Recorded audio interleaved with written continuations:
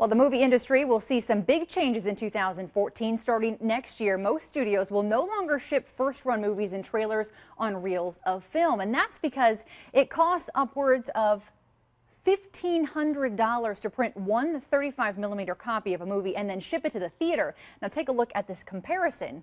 $150 to deliver a digital copy on a small hard drive. In tonight's cover story, KITV's Betty Cross reports while the movie studios will save millions, the digital conversion could signal the end for some theaters. I was always interested in film. Even as a kid, I had toy projectors. These ribbons of celluloid, Reel 1 has a bunch of splices in it. have slipped through Jon Stewart's fingers If I feel anything abnormal, I'll stop and go back and look at it. for 40 years.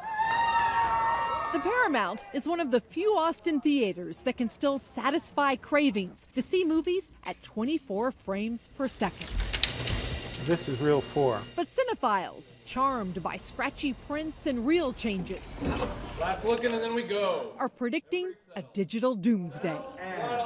I think 35 is dead. Producer Alex Carroll knows it's not just theaters that need to go digital or risk going dark. Shooting on 35mm film is very expensive, and so it's just very difficult for independent filmmakers to kind of front that cost to be able to shoot on 35.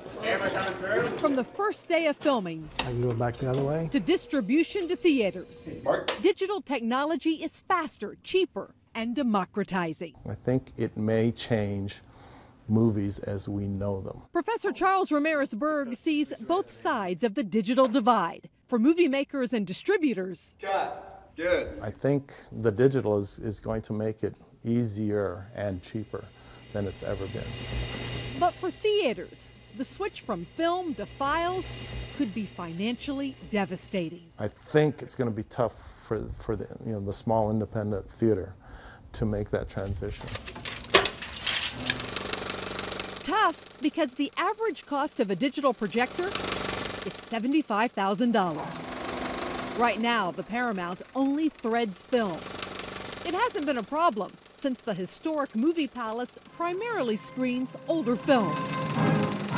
Then came a war. But now, even the classics are facing a format change. As these prints start to maybe degrade or wear down over time, likely the studios are going to be more likely to make digital versions of it rather than make a brand new 35mm print of it. This projectionist knows what the change means. Maybe it's the end of my career. For many in the movie industry, it's not only 35mm films that will be archived. Time for me to retire anyway. Betty Cross, KITV News. To put it all in perspective, there are almost 40,000 movie screens across the country. About 84% of those screens have made the digital switch.